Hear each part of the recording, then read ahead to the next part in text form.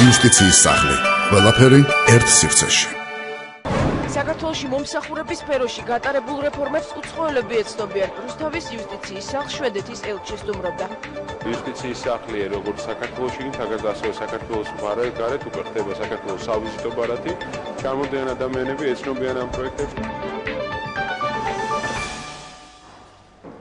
რუსთავის იუსტიციის სახლს საქართველოში შვედეთის სამეფოს ელჩი დიანაიანს თანხლებ პირებთან ერთად სტუმრობდა. მათ მასპინძლობა საქართველოს იუსტიციის მინისტრის მოადგილემ გიორგი ვაშაძემ გაუწია და სტუმრებს იუსტიციის სახლის კონცეფცია გააცნო.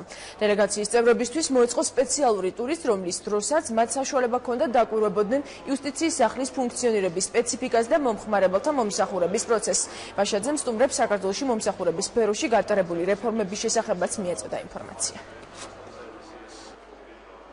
რაც თავარია, ინტერესი არის დიდი იქედან გამომდინარე, რომ სისტემა, რომელიც შეიქმნა, არც შვედეთში არ არის და არც სხვა ქვეყნებში არ არის. შესაბამისად, ჩვენ იუსტიციის სახლი, როგორც საქართველოში, თაგად ასევე საქართველოს მხარე გარეთ უკვე ხდება საქართველოს სავიზიტო ბარათი.